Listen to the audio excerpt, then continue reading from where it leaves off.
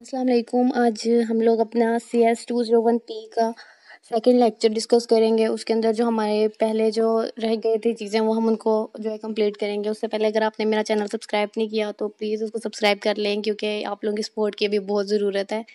और इसके अलावा जो है मैंने इंस्टाग्राम का भी लिंक जो है वो डिस्क्रिप्शन में दे दिया और मुझे उस पर भी फॉलो लाजमी करें। इसके बाद हम लोग अपना जो लेक्चर है वो स्टार्ट करेंगे। तो हमारा जो लेक्चर है उसके ऊपर हम चलते हैं। तो इसके लिए हम सबसे पहले चलते हैं डेव++ पे। तो जो हमारी हेडर फाइल है, हमारे जो प्रिमिटिव्स वगैरह थे वो हमने लिख लिए हैं, हेडर फाइल, लाइब्रेरी और फंक्शन। तो सबसे पहले आपने ये 3 चीज़ें जो कोड में लिखनी है लाजमी है। मैं बार बार इसलिए हर वीडियो में बोलूँगी क्योंकि आपको याद रहे, क्योंकि इससे आपको एक आधा नंबर जो है वो कोड में लाजमी मिल सकता है। उसके बाद इस जो आज हमने बात करनी है जिस चीज़ पे वो है डाटा टाइप्स, कि डाटा टाइप्स क्या होती हैं। तो डाटा टाइप्स की जो टाइप्स हैं वो तो काफ़ी हैं, लेकिन हमारी बुक के अंदर जो है उन्होंने कुछ जो टाइप्स दिए हैं हम उस पर बात करेंगे। डाटा टाइप जो है वो बताना ज़रूरी है, ठीक है। जैसे हर एक चीज़ की एक टाइप होती है, तो इस तरह जो हमने कोड लिखना है, जो कंप्यूटर का कोड है उसके अंदर भी टाइप्स हैं। इंट है, उसके बाद इसको आप चार भी पढ़ सकते हैं, कुछ लोग कैर भी पढ़ते हैं। उसके अलावा फ्लोट है, उसके बाद जो है एक बुलियन है। तो उसके लिए हम B+L लिखते हैं सिर्फ। तो ये अब देख लेते हैं कि ये टाइप्स जो हैं ये किस लिए यूज़ होती हैं। जो इंटीजर टाइप है आपने याद रखना है कि ये हमने 1 2 3 4 कोई भी अगर नंबर लिखना है तो उसके लिए हम लोग इंटीजर यूज़ करते हैं। उसके बाद सिंगल कैरेक्टर अगर हमने यूज़ करना है, यानी सिंगल ए लिखना है, तो उसके लिए हम लोग जो है कैर को यूज़ करते हैं या चार को यूज़ करते हैं, ठीक है। तो उसके लिए आपने जो है ना वो सिंगल जो है ना कोटेशन मार्क्स यूज़ करने होते हैं। और उसके अंदर आप से कोई सा भी एक सिंगल वर्ड लिख सकते हैं, यानी कि सिर्फ एक आपने जो वर्ड लिखा होता है ना अल्फ़ाबेट, सिर्फ वो आप उसके अंदर लिख सकते हैं, उसके अलावा आपने कुछ भी नहीं लिखना। तो जैसे मैंने लिख दिया था, तो इसके अंदर सिर्फ सिंगल और सिंगल करैक्टर ही आप लोग पुट कर सकते हैं, नहीं तो ये एक एरर जनरेट करेगा। उसके बाद जो फ्लोट है वो हम लोग यूज़ करते हैं इसके अंदर। उसके अंदर हम लोग लिखते हैं पॉइंट वैल्यूज़, जिसके अंदर इशारिया होता है, 1.3 या फिर कुछ भी। तो अगर आपके पास कोई चीज़ है जिसके अंदर पॉइंट आता है 5.7 एटसेट्रा, तो आप लोग जो है उसके लिए यूज़ कर सकते हैं। तो पॉइंट वैल्यूज़ जो है वो फ्लोट के अंदर यूज़ होती हैं। तो ये आपके साथ जो है ना MCQs के लिए जो है इंपॉर्टेंट है ये चारों डाटा टाइप्स। उसके बाद आ जाता है बुलियन। तो इस बुलियन के अंदर दो ही चीज़ें होती हैं, येस और नो। या आप कह सकते हैं इसके अंदर जो आ जाती हैं वो आ सकती हैं ट्रू और फॉल्स, ठीक है। क्योंकि हमने देखा है कि कंप्यूटर की जो लैंग्वेज है वो बाइनरी थी। तो बाइनरी लैंग्वेज में क्या होता है कि 0 और 1, ठीक है। अगर 0 है तो बुलियन में आपने यूज़ की है बूल लिख के, तो अगर 0 है तो फॉल्स है, ठीक है। अगर आंसर आपका 1 शो हो रहा है तो इसका मतलब है कि आपकी जो वैल्यू थी वो ट्रू है। तो इसके बारे में सिर्फ इतना ही है कि ट्रू फॉल्स दिखाता है बुलियन। इसके अंदर सिर्फ दो ही वैल्यूज आ सकती हैं, 0 और 1 की। तो यहाँ तक जो हमारा था ये हमारा इंट्रो इसका कंप्लीट हो गया है डाटा टाइप्स का। अब बात आती है डाटा टाइप के साइजेस की, ठीक है, कि कौन सी डाटा टाइप किस हद तक जो है वो अपने अंदर डाटा स्टोर कर सकती है, या उसके अंदर कितनी कैपेसिटी है कि वो कितना डाटा अपने अंदर रख सकती है। तो इसके बारे में भी हम देखेंगे कि हर एक जो हमारी डाटा टाइप है वो कितना कितना स्टोरेज अपने अंदर स्टोर कर सकती है। तो जो इंट है उसके जो साइज़ है वो हमारे पास जो है वो सिर्फ और सिर्फ 4 बाइट्स है, ठीक है। 4 बाइट्स तक का जो स्टोरेज है वो हम लोग इंट के अंदर जो है वो सेव कर सकते हैं। उसके अलावा करैक्टर है, क्योंकि इसके अंदर एक ही हम लोग सिंगल वर्ड लिखते हैं या फिर सिंगल अल्फ़ाबेट लिखते हैं, तो 1 बाइट, फ्लोट का 4 बाइट है, और जो बुलियन है उसका भी 1 बाइट है, ठीक है।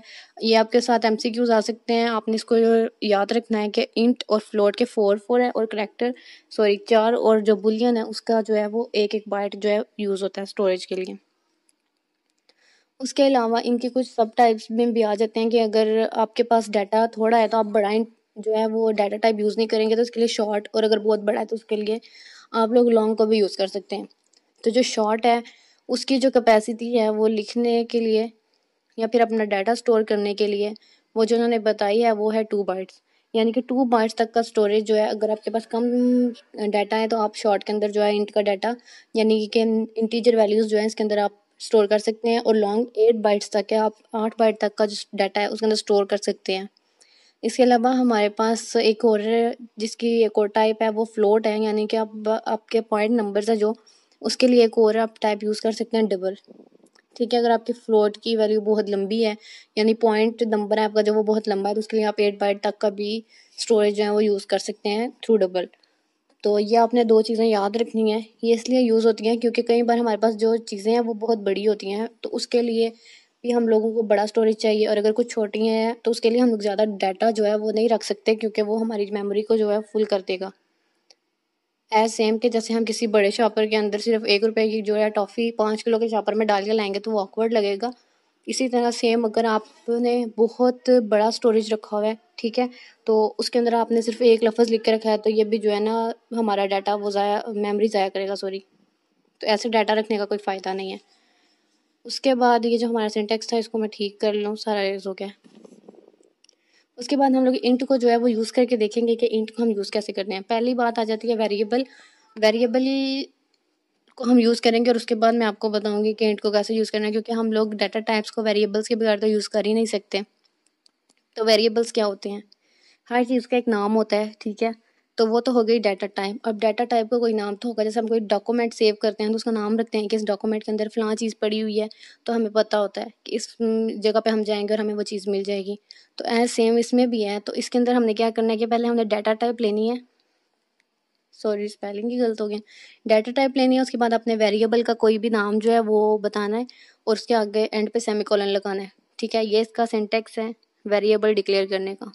तो इंट हमने डाटा टाइप ले लिया है और एस हमने वेरिएबल लिया और सेमीकोलन। तो ये क्या हो गया है कि हमने एक जो है वेरिएबल उसको सक्सेसफुली डिक्लेयर कर लिया है, ठीक है। यानी कि हमने सिर्फ बता दिया कि हमने ये डिक्लेयर कर दिया है, यानी कि ये वाला जो हमने वेरिएबल है वो बना लिया है हमारी मेमोरी के अंदर इंट नाम से। तो इसको कहते हैं डिक्लेयरिंग या डिक्लेरेशन ऑफ वेरिएबल। तो वो पूछ सकता है कि डिक्लेरेशन ऑफ वेरिएबल कैसी होती है, आप डिक्लेयर करके बताएं या फिर इनिशियलाइज करके बताएं। तो डिक्लेयर इतना ही होता है, और उसके बाद इनिशियलाइजेशन क्या होती है उसको हम देखते हैं। अगर आगे आप एस लिखें, एस इज़ इक्वल टू, मैं आगे 1 लिख देती हूँ और आगे सेमीकोलन, ठीक है। हमने इसको कोई वैल्यू असाइन कर दिया। अगर हमने कोई वैल्यू असाइन कर दिया इट मीन्स कि हमने उसको इनिशियलाइज कर दिया। इनिशियलाइज का मतलब होता है कि उसको स्टार्ट कर दिया है कोई एक वैल्यू दे के, ठीक है। आपने इनिशियलाइजेशन और जो है डिक्लेरेशन इसको याद रखना है। इसके अलावा ये बात याद रखनी है कि 1 इज़ इक्वल टू एस और आगे आप सेमीकोलन लगा दें तो ये एक एरर जनरेट करेगा। ये इस तरह वैल्यू असाइन नहीं होती, ठीक है। ऑलवेज जो है वो लेफ्ट साइड की जो चीज़ है वो राइट साइड की तरफ हम लोग असाइन करेंगे। इस तरह अगर आप करेंगे तो ये एरर है, उसका वैल्यू असाइन नहीं होगी है। तो यहाँ पर जो है हम लोग इसको सी आउट करके मैं आपको दिखाती हूँ कि ये शो नहीं होगा।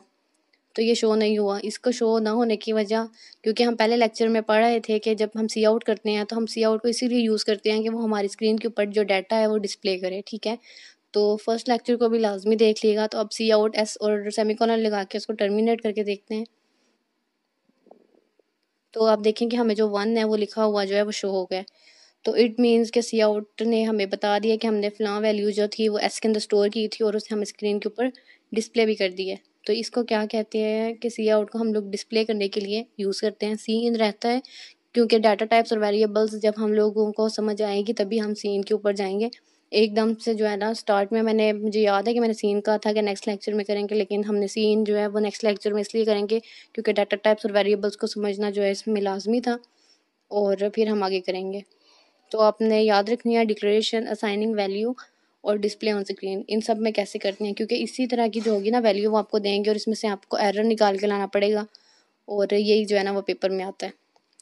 तो नेक्स्ट हम लोग जो है वेरिएबल्स के बारे में थोड़ा सा और पढ़ेंगे कि हम लोग वेरिएबल्स जो हैं वो कैसे बनाएंगे, किस नाम से बनाएंगे, किस तरह बनाएंगे, और किस तरह के वेरिएबल्स के नेम जो हैं वो अलाउड होते हैं, कौन से वैलिड हैं और कौन से इनवैलिड हैं। क्योंकि वेरिएबल्स की टाइप्स जो हैं वो तो ऐसी हैं कि आप लोगों के उन्होंने कुछ सेट्स दिए हुए हैं, उन्होंने आपको कुछ रूल्स दिए हैं कि इसके अलावा आप लोग बना नहीं सकते। तो इंशाल्लाह हम नेक्स्ट लेक्चर में इसको कवर करेंगे, और हमारे चैनल का सब्सक्राइब करें, और अगर आपको वीडियो अच्छी लगी है तो please do like comment and share. अल्लाह हाफ़िज़।